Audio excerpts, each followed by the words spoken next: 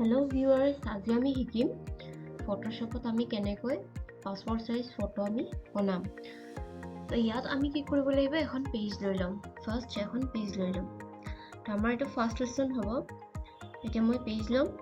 তো মই কি কৰিম, ফাইলত যাম, নিউ পাসপোৰ্ট সাইজৰ কাৰণে আমাক বেনাৰ ডিজাইনৰ পেজ ললে নহব। আমি কি কৰিম, এনেকুৱা মুঠতে পৰ্ট্ৰেট মানে A4 সাইজৰ যোনটো পেজৰ ডিজাইন শেপ হয় সেইটো টাইপত ল'ব লাগিব। তো এইখিনি আমাৰ পৰ্ট্ৰেট সাইজ হয়, এইখিনিও আমাৰ পৰ্ট্ৰেট সাইজ হয়। সাইজৰ বিষয়ে মই আগৰ ভিডিঅ'ত দেখুৱা হৈছে। তো এইটো মই 18:10 লৈ ল'ম, এইটো পেজ লৈ ল'ম। মই এইটো অকে কৰি ল'লো। তো অকে, এতিয়া মই পেজ ল'লো, মোৰ পেজৰ লেয়াৰ বনিলে হৈ গ'ল। নেক্সট এতিয়া মই কি কৰিম, ফটো এখন লৈ আহিব লাগিব। মই ইয়ালৈ ফটোশ্বপত মই ফটোখন লৈ আহিব লাগিব। তাৰ কাৰণে মই কি কৰিম, মই নিজৰ যোনটো লেসন হয়, তোমালোকৰ লেসন য'ত আছে, যোনটো ফল্ডাৰত আছে, কম্পিউটাৰৰ যোনটো ডেস্কত আছে, তাত গৈ কম্পিউটাৰ লেসনত গৈ সেই ফটোখন আনিব লাগিব। মিনিমাইজ কৰি ল'ম ফটো এখন আনিবলৈ কাৰণে। তাৰপৰা আমি যাম, এইটো মই কি কৰিছোঁ, ফটোশ্বপৰ মোৰ এইটো লেসন হয়। তো ইয়াত মই এইটো জেড পিকচাৰ PC বুলি এনেকৈ পিকচাৰ এইটো ফল্ডাৰ খুলি ল'ম।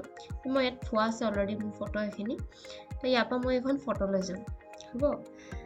তো এখন মই লেফ্ট ক্লিক প্ৰেছ কৰি ড্ৰেগ কৰিবলৈ লৈ আহিছোঁ। ইয়াত আহি মই এৰি দিয়া নাই, হ'ব। মই ফটোশ্বপটো খোলাৰ পাছত মই এডোখৰতে এৰা নাই। আহিছে বুলি কেনেকৈ গম পাম, আমাৰ যোনটো মাউচৰ কাৰ্চাৰ আছে, সেই কাৰ্চাৰটোত আমাৰ কি হ'ব, ৰেক্টেংগল এটা অকণমানি বনি আছে, সৰু বক্সৰ নিচিনা দেখিছা।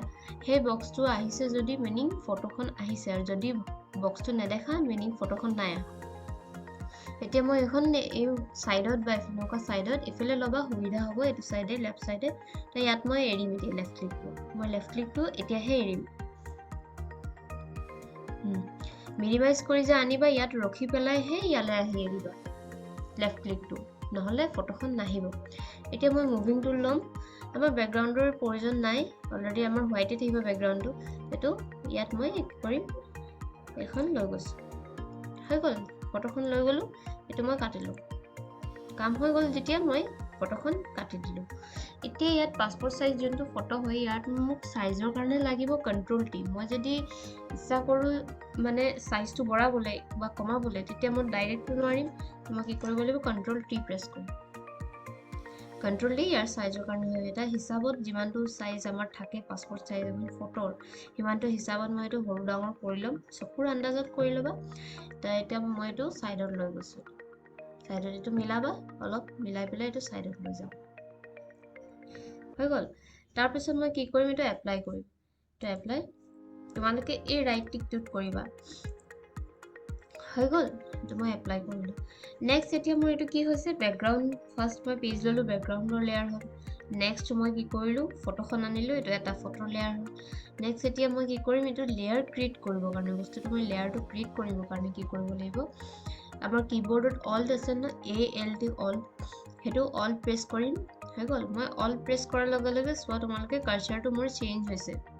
যেতিয়া অল্ট প্ৰেছ কৰিবা কাৰ্চাৰটো এইটো এনেকুৱা আহিব, দুটা আহিব, শ্বেডৰ নিচিনা দুটা আহিব, হৈ গ'ল।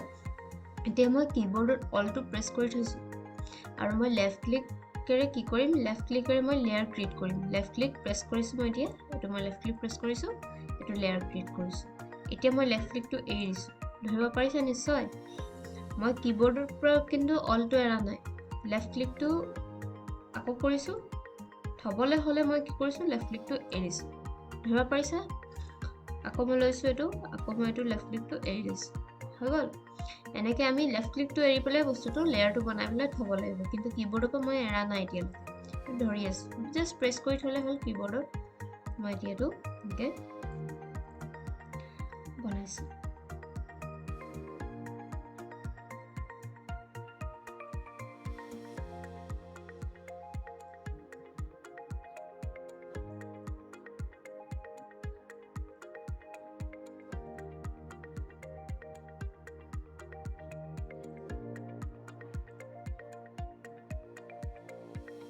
এতিয়া মই কি কৰিলোঁ, ফটোখিনি বনাইতো ল'লোঁ, কিন্তু এতিয়া মই যদি চাওঁ মোৰ লাষ্টৰ ছেকেণ্ড যোনটো লাইন হয়, এইখন ফটো মোৰ কি হৈছে, বেয়া হৈ আছে, বেছি তলত হৈ আছে, হ'ব।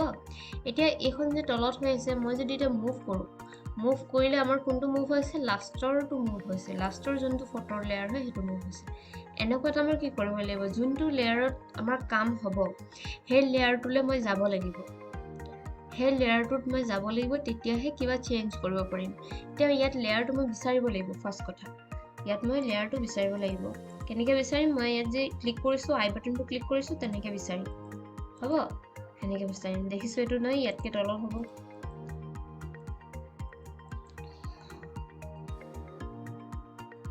হৈ গ'ল এইটো হয় হয়তো তাৰপৰা এতিয়া মই কি কৰিম ইয়াক মই এইটো ওপৰত লৈ যাম এইটো তোমালোকে নিশ্চয় লেয়াৰৰ বস্তুটো তোমালোকে টেকল কৰিব পাৰিছা চাগে আমাৰ যোনটো লেয়াৰত কাম কৰিবলৈ থাকিব সেই লেয়াৰটোতে আমাৰ কি কৰিম আমি পাছপৰ্ট সাইজৰ ফটো যেতিয়া আমি বনাম বা যিকোনো আমি টেক্সট লিখিছোঁ বা যিকোনো কিবা কৰিছোঁ সেই লেয়াৰটোতে যাব লাগিব চেঞ্জেছ কৰিব হ'লে বা সেইটো আমাৰ তলত বা ওপৰত নিব হ'লে সেই লেয়াৰটোত গৈ পেলাইহে আমি তাক চেঞ্জ কৰিব পাৰিম যিকোনো বস্তু তাত তাই আমি এতিয়া এইটো ওপৰত ল'লোঁ ওপৰত ল'বলৈ আছিলে তাই আমাৰ একো চেঞ্জ কৰিবলগীয়া নাই হৈ গ'ল এতিয়া মই এইটো সেভ কৰিম সেভ কৰিব যদি মই ইচ্ছা কৰোঁ এখন মই সেভ কৰিম সেভ কৰিবলৈ এতিয়া মই কি কৰিব লাগিব ফাইলত যাম সেভ এজ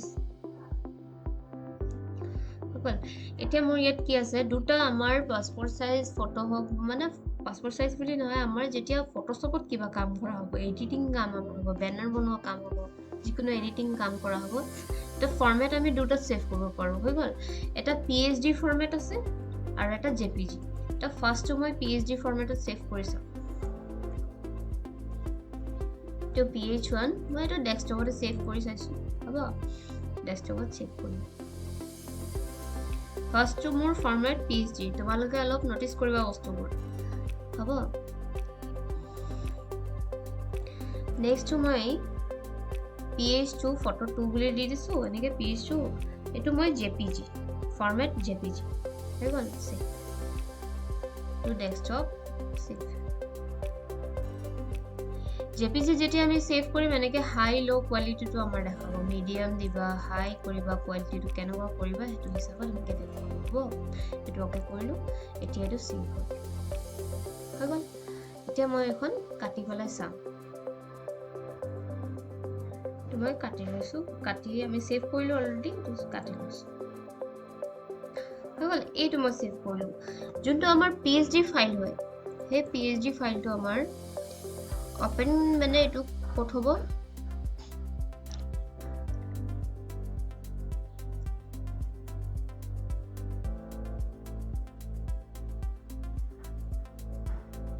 এইটো ওপেন হ'ব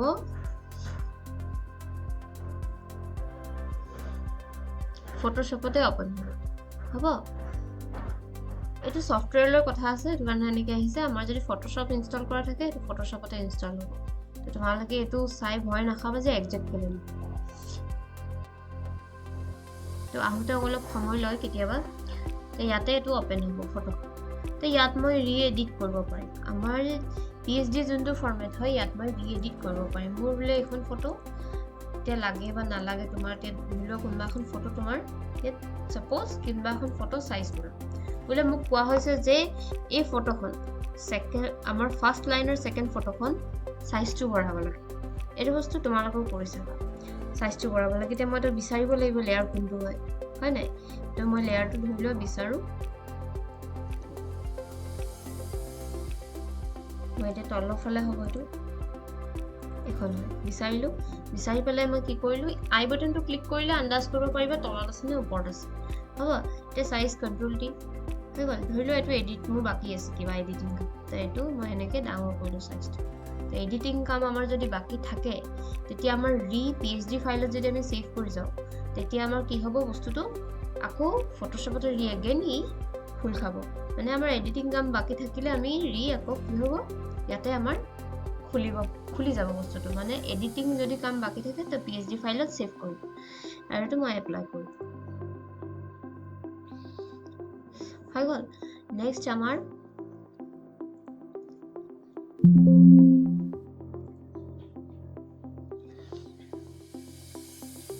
নেক্সট আমাৰ ফটো 2 আছিলে যোনটো আমি JPG ত সেভ কৰিছিলোঁ হয় নাই JPG ত সেভ কৰিছিলোঁ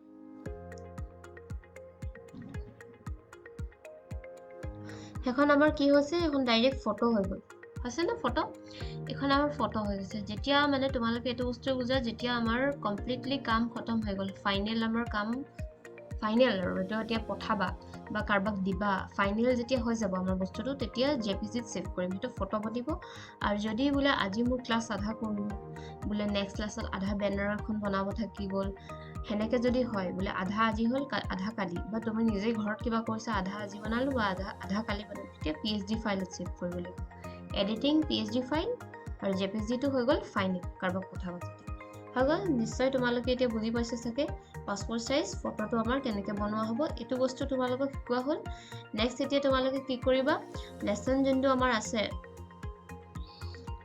লেসন আমাৰ যোনখিনি আছে ইয়াত এটো তোমালোকে বনাই চাবা হেতু সেম মেথডত তোমালোকে এটো বনাই চাবা পাসপোর্ট সাইজ এইকিটা তোমালোকে ডাঙৰ কৰি চাবা হ'ব টেক্সট লিখিবলৈ অলৰেডি তোমালোকক দিয়া হৈছে এটো কৰি চাবা ফাৰ্স্ট লেসন তোমালোকে ইয়াতে কৰি চাবা এবাৰ হেনেকে বনাই চাবা নেক্সট এটো কৰি চাবা আশা কৰো তোমালোকে বুজি পাইছা ঠিক আছে যদি বুজি নাই পোৱা লেয়াৰ বস্তুখিনি তেতিয়া আকৌ এবাৰ ভিডিওটো চাই লবা